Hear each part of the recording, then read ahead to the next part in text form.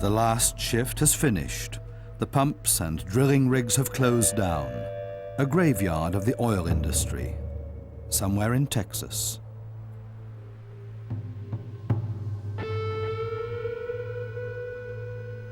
The experts are divided on just when this will come about, but there's no doubt that it's on its way.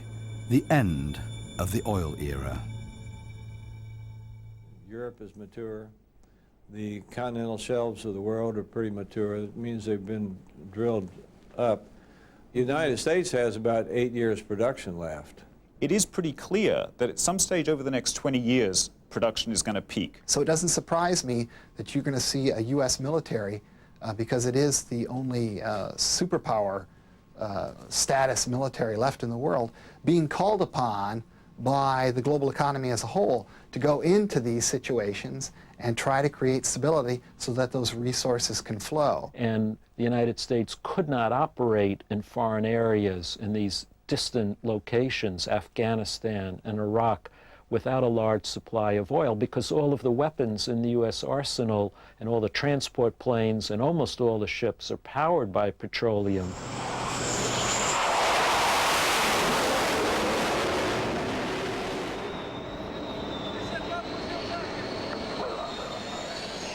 For superpower USA, global access to dwindling resources is a question of national security. More so than ever, now that a competitor in the global hunt for oil has drawn dangerously close: China.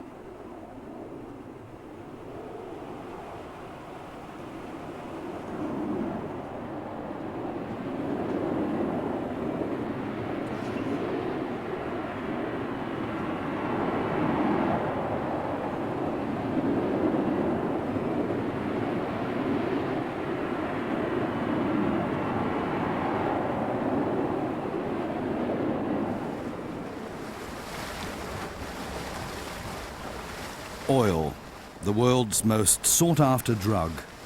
In 2004, the price of crude oil reached record heights on the New York commodities market, an event that made the headlines around the world. Auf dem Vormarsch. In den USA wurde ein Barrel Rohöl erstmals über der Marke von $50 auch jetzt wieder, da die, wie es heißt, psychologisch wichtige Marke von $50 pro Barrel. US crude is trading above $50 a barrel. Le cours du pétrole a franchi un nouveau sommet aujourd'hui, $50,5 le baril à New York. C'est un record. George W. Bush, in the throes of an election campaign, promised action. And it's driving the price like it did in the past. And the President of the United States must jawbone OPEC members to lower the price. In George W. Bush's Texan hometown, the oil metropolis of Houston, the reaction is not purely one of protest. Spirits are high on the oil industry's executive floors.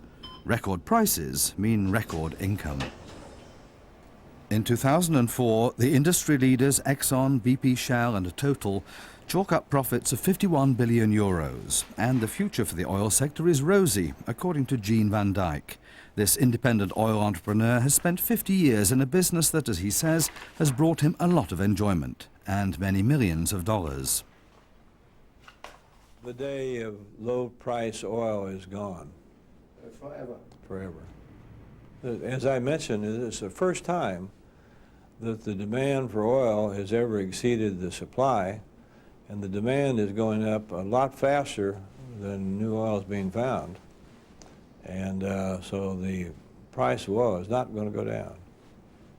And we just, the world has to live with it. How we see it at Herald is, if you're not enjoying record profits under the current price scenario, then you probably shouldn't be in business. Because at over $50 a barrel and relatively high natural gas prices, you should be enjoying very high cash flow levels. So what you're seeing is, first and foremost, record high profitability, cash flow levels, and really the great challenge for oil and gas companies currently is how to spend this great amount of capital. They do have a lot of cash flow. But the problem with at least the large companies, they have a lot more cash flow than they have places to drill. The Gulf of Mexico, off the coast of Texas, just a few kilometers away from Houston, is one of the places people are pinning a lot of hopes on. Van Dyke thinks that offshore, under the sea, is the only area that still holds promise of success in the search for new, large-scale oil deposits. We're here at about, we're about 10 to 12 miles offshore now, off the coast by Galveston, Texas. This is really where the offshore oil business really began, all along the Texas-Louisiana Gulf Coast. And we're only in about 100 feet of water here or so. And the oil industry really, in the last 50 years, has been going in progressively deeper water. Now they're drilling in depths of 8, even 10,000 feet of water. 3,000 meters is common because they simply have tapped all the oil that is available here close to shore. The amount of oil coming from the Gulf of Mexico covers only a fraction of demand. More than half the oil needed by the USA now comes from other countries. To import increasing amounts of oil because domestic production is falling and consumption is rising. So what this has meant is what we're seeing now in Iraq, which is, in short, that America's foreign policy and America's energy policy have merged so that they can't be separated. America is in the Persian Gulf because it doesn't have an energy policy, and we're in the Persian Gulf because we can't stay away. This is the future of America's foreign policy, America's military policy for the next 2 decades.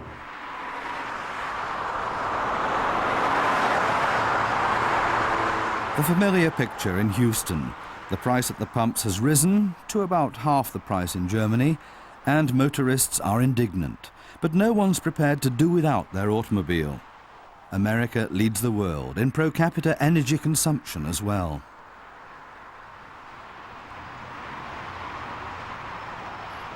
Right now in the U.S. there are about 200 million vehicles on the road. So even if George W. Bush woke up tomorrow and had some, conversion, some radical idea that he is going to change the way America deals with transportation, bringing on new hybrids or more efficient cars won't have a dramatic effect until virtually all of those cars are replaced. And that's a multi-trillion-dollar cost that will take decades. But so far, no radical changes are in sight. The challenge of growing demand is met by increasing imports. It may be 10 years down the line, 15 years down the line, maybe it's 25. But a paradigm shift of this magnitude, shifting away from the West's reliance on oil as its energy source for transportation and as an industrial input, is a colossal task. And no, I don't see anyone really coming up with well-thought-out means of addressing the intellectual and economic capital that will be required to address this issue. One of the leading experts and author of the standard work on black gold is Daniel Yergin. Oil, he believes, is first and foremost an intrinsic element of national power, the ownership of which gives rise to conflicts and wars. The answer is to diversify the sources of production so that there will be crises, there will be problems. We've seen it over the last few years, how problems in Nigeria or in Russia or in Venezuela can affect the world oil market. And the answer, the only answer that we've really found to deal with that political risk, and that's whether you're a company or whether you're the world community, is through diversified resources. Don't be too dependent on one part of the world. We need to recognize that the primary resources of this world lie outside of the United States and even North America. That many of these countries that we will rely on our energy needs are in very politically, economically, and socially risky areas. Looking at Africa, Middle East. 60% of the world's oil reserves lie in the Middle East. The second biggest portion of that in Iraq.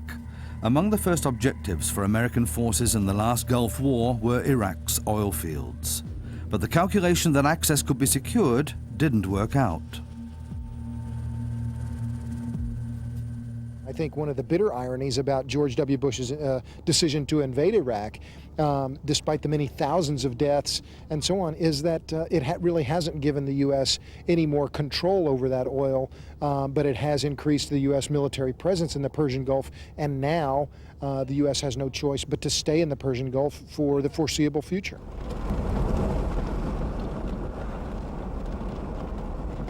Even with the war over, hardly a week goes by in Iraq without attacks on drilling installations and pipelines. US military presence can't prevent them. A situation which is not without repercussions.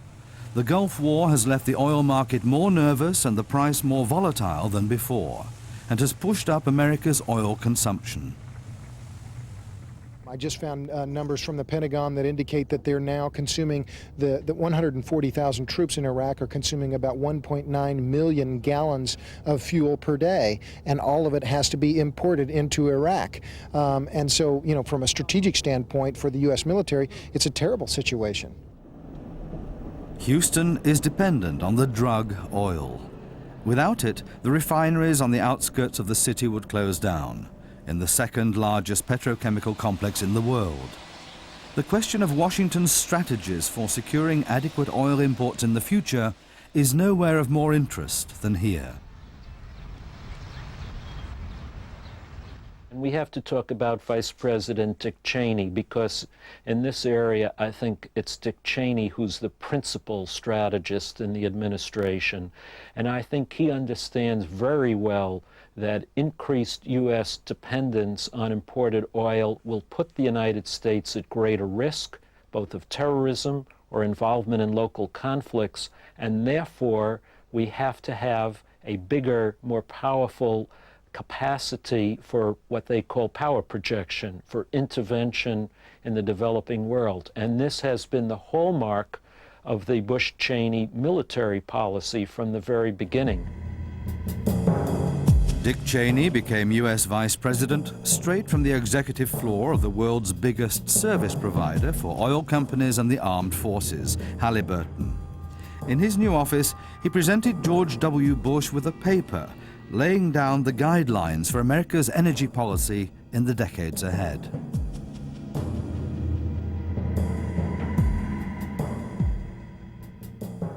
They project a 50% increase in U.S. oil consumption over the next 25 years. And that really is a very tough requirement to fill. It will mean a substantial increase in U.S. imports of oil from foreign countries. So procuring all of this additional imported oil is one of the primary concerns of the Bush-Cheney Energy Report. In fact, 1/3, 35 out of 105 recommendations in the Cheney Report are specifically about increasing America's access to imported petroleum. The key message. The report recommends that the President make energy security a priority of our trade and foreign policy.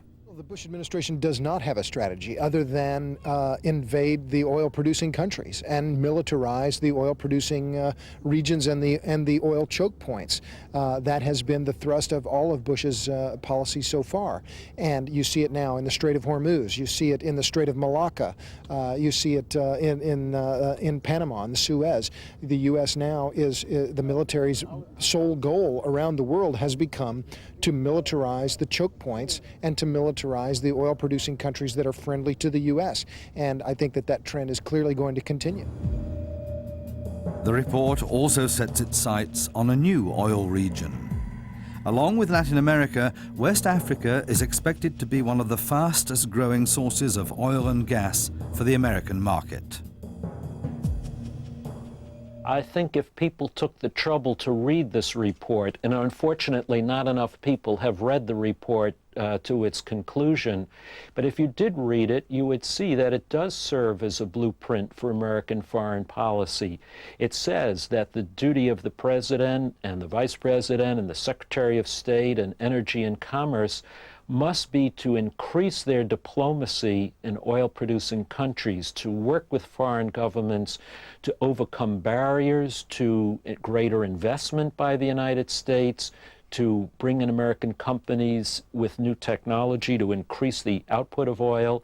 And on this basis, the Secretary of State, Colin Powell, has made several trips to Africa, for example, to meet with the heads of state of the oil-producing countries to persuade them to increase their oil output, to work more closely with the United States. The President has also become involved in this diplomacy, so it's very clear that the Cheney report did serve as a blueprint for American foreign policy. And for the foreign visits of the President. George W. Bush on a voyage of discovery.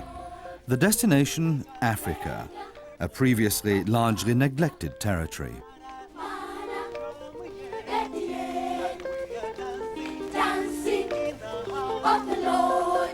The schedule included a photo opportunity with AIDS orphans in Uganda. An opportunity, too, for the visitor to declare that his chief concern was to help Africa in the struggle against disease and poverty. The tour had nothing to do with oil. That was a ridiculous conspiracy theory, Bush had told reporters in Washington before setting off. And Condoleezza Rice added, "It is the motherland, a source of cultural pride for a substantial part of America's population, and the President cares about that." The United States believes in the great potential of Africa. The greatest potential, the Niger Delta in southern Nigeria.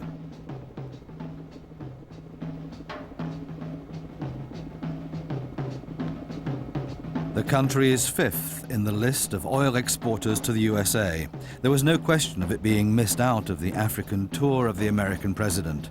And George W. Bush counted himself lucky, as he put it, to have Nigeria's head of state as a friend. For a long time. I appreciate your leadership, and I appreciate your friendship. Thank you very much. The experts at the CSIS think tank in Washington are agreed. A key role is now being allotted to West Africa in America's bid to achieve greater independence from oil supplies from the Middle East. Today, West Africa accounts for 13 or 14% of U.S. oil imports. Because of new discoveries and expanding production that are going to bring on stream another 2 to 3 million barrels per day from that region in the next 5 years, U.S. imports from West Africa could exceed 20%, could reach 25%. West Africa has become a very important, exciting area, whether you're an American company, whether you're a European company, or whether you're a Japanese or indeed a Chinese company. They're all there wanting to be part of that production growth.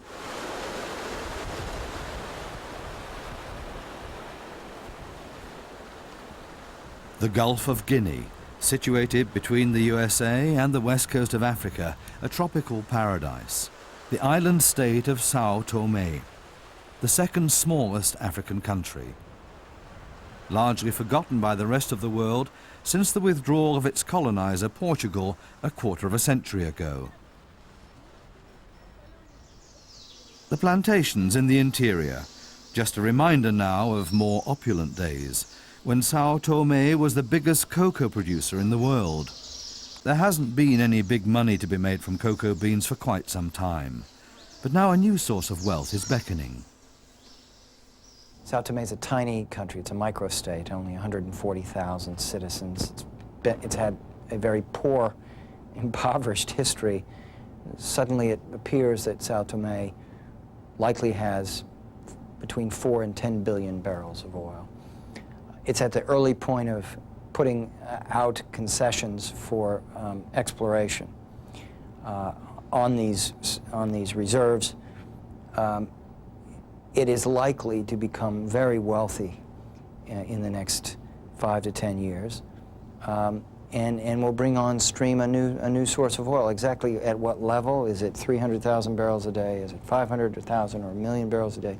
That remains to be seen. The news worked wonders. Overnight, this forgotten microstate became the focus of international interest. Business was booming for the best hotel. One of the first guests was the then Africa expert of the George W. Bush administration.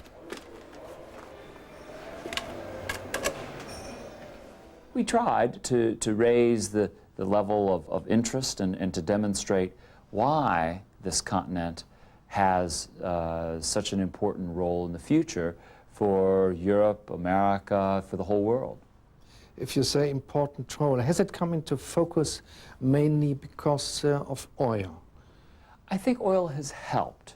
There are a lot of other issues, of course, that grab the attention of policymakers, be it HIV/AIDS, increasing trade, working at increasing investment flows to Africa. All of those things are very important, as is protecting the environment. Those unique ecosystems of Africa need to be assisted and protected.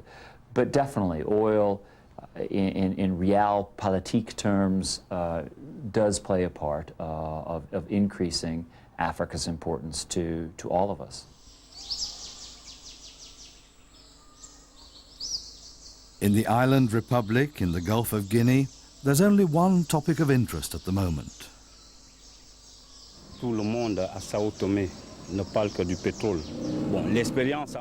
Everyone's talking about just one thing in Sao Tome, oil. But if we look at the other African countries where oil is already being extracted, then I don't believe the expectations that people here have will actually be fulfilled. Cette expérience, je pense que ça ne va pas être ce que les gens attendent.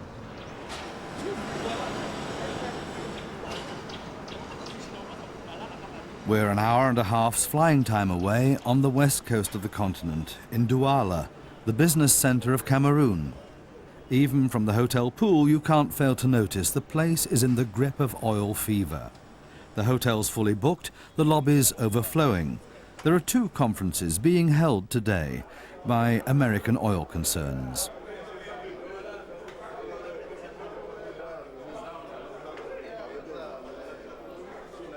The whole of the coastal sweep of West Africa, from Ivory Coast, Nigeria and Equatorial Guinea to Angola, has become an oil dorado. Interested parties are flooding in from around the world, from America to China. It's the Africans, for once, that everybody's interested in.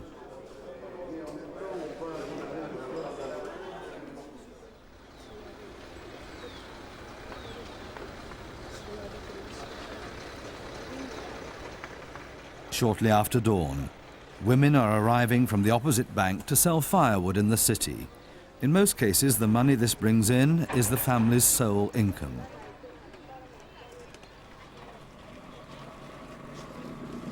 Idyllic to the eyes of foreign visitors, a hard daily grind for the women themselves. 3/4 of the 9 million people living in Chad in Central Africa exist on less than 90 cents a day. From the west coast of Africa to the interior of the continent, to N'Djamena, the capital of the Republic of Chad. One of the world's poorest countries, bearing the scars of 30 years of war. It's hoped that petrodollars will transform this country too.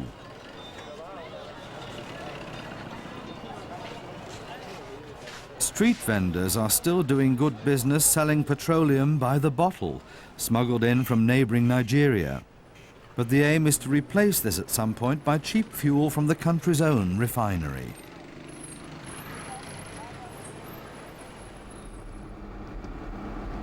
Hopes are focused on the south of the country, on the Doba Basin near the border with Cameroon.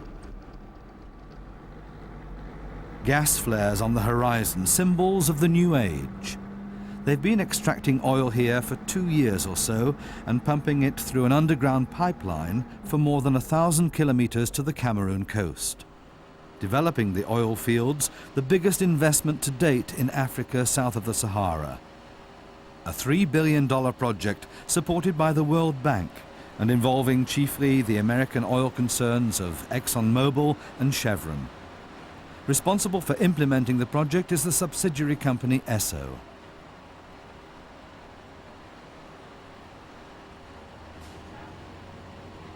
And the exploration phase is not yet complete. The search for new oil fields is being extended to other regions, including some that are more densely populated, where farmers cultivate fields and plantations. To gain their support and explain what the future has in store for them, teams of American experts are doing the rounds.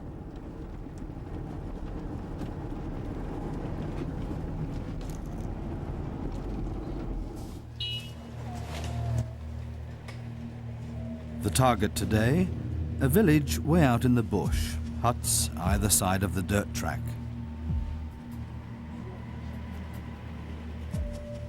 The inhabitants don't know what's going on.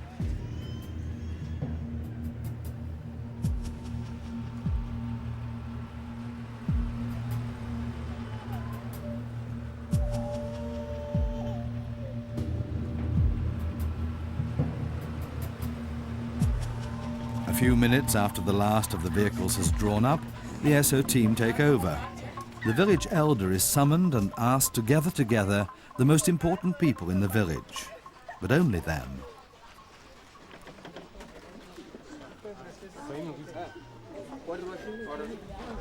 Then the expert makes his appearance.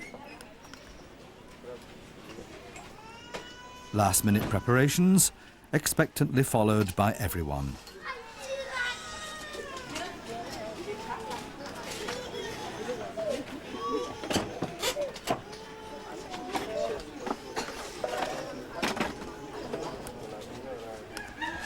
The reason the project is here is that ESSO wants to look deep into the earth to see if there is more petroleum in the earth below.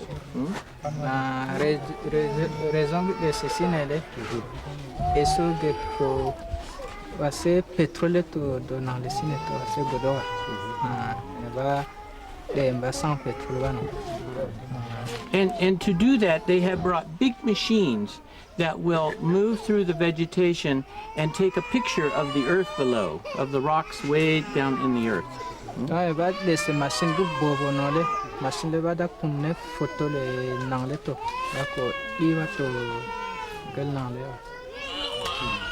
And then they will know if there is sufficient oil to maybe in the future develop a project. Maybe there is no oil, maybe there is, but that is what we are here to find out. We ask around and no one seems to have any objections. Quite the opposite. If there is oil, it will be for the good of everyone and for the development of Chad.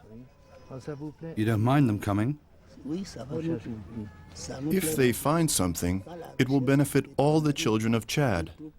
We shall be rich. Are you in favor of them looking for oil here? If they come and look for oil, that's good.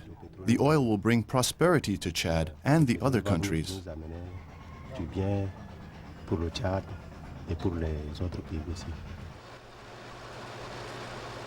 A few kilometers away, a camp of geologists. They've marked out a new section of land.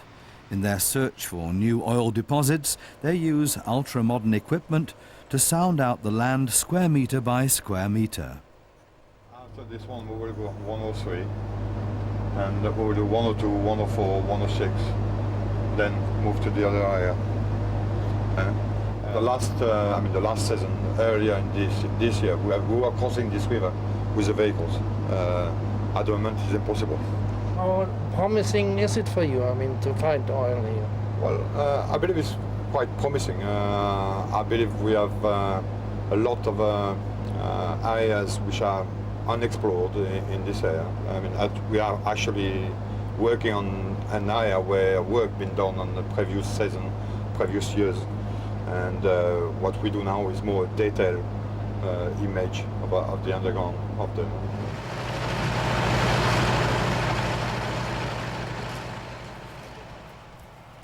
The data gathered from the explorations are sent via satellite direct to the laboratory at headquarters in America's oil metropolis, Houston.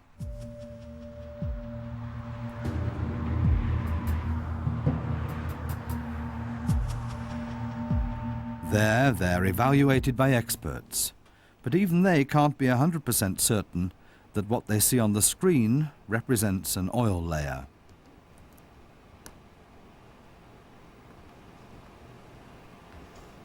If we do find hydrocarbons, they should be here in this crustal zone. In this reflector package, you see these bright reflectors kind of dimming out over the crest of this feature. This is one likely place to find hydrocarbons. Oil entrepreneur Jean van Dijk estimates the chances of deep-sea drilling striking it lucky in Africa at about 50-50. The only region worth trying, he thinks, is off the west coast of Africa. He's currently represented in 7 countries, with the focus on explorations in the Gulf of Guinea, activities which Washington is happy to support. The U.S. government is becoming a lot more cognizant of the value of production from that area. And so they do help. I do keep in close contact. I have a lobbyist in Washington, D.C. We keep close contact with the government. The capital investment needed for developing a large new oil field is somewhere near €2 billion, according to Van Dijk. For his latest exploration, he's teamed up with Washington's toughest competition. A Chinese company is involved in the financing. Investing capital in a politically relatively insecure region like Africa is not viewed as risky by Van Dijk. There's a difference between being onshore, being on the shelf, and being in deep water. If you're in deep water, you're far enough out there where they really don't bother you. You're out of sight.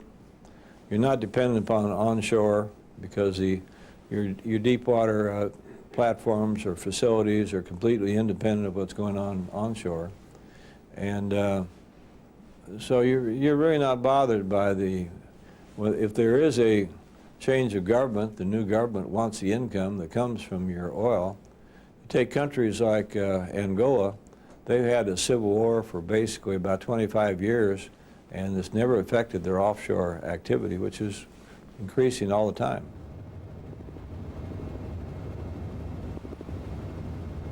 Cabinda, Angola's oil enclave on the Gulf of Guinea. Traditionally one source for meeting America's oil needs. But since early 2005, the Chinese have been gaining ground here too. The Angolan government has signed a contract guaranteeing oil deliveries to Peking and granting concessions for future drilling operations. The global race for oil has become riskier.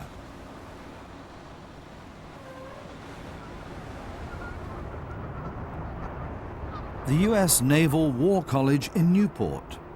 One of the professors here is among the most influential strategists in American military planning and was involved in the recent restructuring of the U.S. Armed Forces.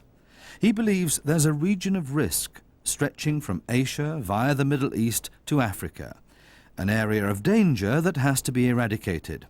This is the argument in his book, The Pentagon's New Map. Does this mean more wars? No, I think it requires the United States in many ways to bring a Europe, a Russia, a developing Asia into the reality that the United States has been dealing with across this non-integrating gap for the last 15 years. We have been intervening in 10 or 12 situations every year for the last 15 years. That's how you get those 150 interventions. And in many ways what we need to do is to move off the model that says the U.S. does all the military interventions, maybe we get the Europeans to do the peacekeeping afterwards, and maybe we get the Japanese to pay for it. A form of cooperation already tried out in the Horn of Africa. Here the Americans asked for the support of the German Navy, officially in the battle against terrorism. But critics say that this battle is often indistinguishable from the protection of American oil interests. The term I use is it's being transformed into a global oil protection service. That is, that more and more of the military is being devoted to the protection of overseas oil fields, refineries, pipelines, loading facilities, and tanker lanes. Now, I should say that historically the United States has always had a big military presence in the Persian Gulf area, and that's always been for the purpose of protecting oil. That goes back decades. But what I argue in my book is that that same principle is being extended to other areas of the world where the United States looks for its petroleum, to Latin America, Africa, and the Caspian Sea Basin. In order to avoid creating such an onerous burden where you're going in and trying to police, you know, like an entire continent of Africa, I would argue at first you're going to try to go in and deal with the worst situations and display a flexibility and what we call a small footprint, not coming in with a massive force, but coming in with a small force to do things that need to be done and then withdrawing. Over time, I think what you want to create is a long-term military-to-military cooperation program or system of programs that would allow a NATO and a United States military to come in and create, as much as possible, stable, functioning militaries that respond to civilian control by good governments there. And this is happening, the Star-Spangled Banner in the desert sands. US soldiers on maneuver on West African soil with African troops. Monaghan, 607-614-7007. McKnight. Military cooperation treaties make it possible. The Pentagon's official interpretation, training provision for African soldiers, exporting democracy to the dark continent. Pure coincidence that the maneuver is taking place in West Africa.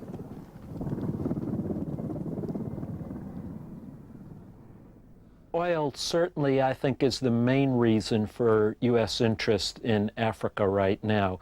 Certainly the Department of Defense says that it has achieved a strategic importance because of the oil there. But it is also a site for terrorist organizations have located in the area. So it's a combination of terrorism and oil that's bringing the United States in. And by the way, that's a combination that appears in many places. In Colombia, it's oil and terrorism. In Georgia, it's oil and terrorism. These two things tend to come together in many parts of the world. In Sao Tome, it's just oil so far. America's presence is currently restricted to an outsized relay station for the Voice of America. Strange, though, that more and more soldiers are being seen here, say the locals. They suspect that the Pentagon could also be making use of the site, that there may be plans in Washington's Defense Department to set up a naval base in Sao Tome. Nothing but rumors, according to the first official visit to Sao Tome from America's State Department. We were not, although there was great speculation in the press that that was, in fact, the very reason we were there. No, we did not discuss that. There is a maritime, West Africa Maritime Patrol, like a Coast Guard, what we would call a Coast Guard program, that we were trying to initiate with the Pentagon, and that would include some of the West Coast maritime areas, including Sao Tome. So we did look at if there were some coastal patrol training we could do. But on the security or military side, that was about the extent of it. But as far as I know, General Carlton Fulford was there at the same time. I think it wasn't just for a holiday trip. General Fulford was, I don't think, it was there when I was 2001, I think it was, yes. And I think he was doing a tour, and partially because this maritime coastal patrol, this Coast Guard, obviously needs Pentagon input, we at the State Department encouraged European Command to go take a look. The Persian Gulf. Historically, it began with the U.S. sending military advisors and sending weapons, arms transfers, military advisors, military instructors, and expanding over time to the establishment of bases and the deployment of troops permanently in the area. So there's a trajectory you could see in the Middle East. Well, that same trajectory is being followed now in the Caspian Sea. First, military advisors and the supply of weapons. Now the United States is establishing permanent military facilities in the Caspian Sea. We also have American troops in Georgia, and at a lower level, but moving along quickly, a U.S. military buildup in Africa, which is becoming more and more important for the supply of oil. So you have military advisors, no bases yet, but the Department of Defense is looking at locations in Africa to establish bases. The alarm bells have been ringing for the American military since an internal study claimed that rival China is also trying to extend its strategic position in the race for resources. According to the study, Peking is setting up new naval bases and airstrips in an apparent bid to secure petroleum transports from the Persian Gulf. Most of the growth in consumption is going to come from Asia. Already since the year 2000, something like 40% of the total growth in world oil demand has come from one country, China. I worry that in the competitive pursuit of foreign oil, that especially the United States and China might clash in the Caspian Sea region, where both of them are looking for oil. Now, I wouldn't argue that this would be through intentional policy. I'm not saying that they seek to go to war with one another, but both of them are seeking allies in the region and providing military advisors, sending weapons into the area, building new military ties with local powers in a competitive way that is very reminiscent of the period before World War I in the Balkans, when you had the big powers all competing for advantage in a very volatile area. Competition that's long been evident in Africa too. The new oil dorado that America's banking on to secure its supplies. 25% of US oil imports are expected to come from the reserves of the Dark Continent in future. That's more than America receives from Saudi Arabia. In Chad, the latest member of the club of African oil countries, American oil companies dominate the scene. They built the oil wells and the pipeline through which oil now flows over 1,000 kilometers to the Atlantic coast in Cameroon and out to the loading terminal at sea. But now the USA's rival, China, has claimed rights and is negotiating with the government of Chad for access to the precious resource oil.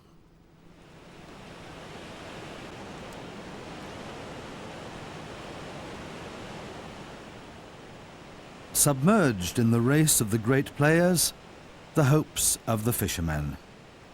No petrodollars for them, just a ban on their fishing in the bay, as they used to before the loading terminal dropped anchor, at a safe distance from the African coast.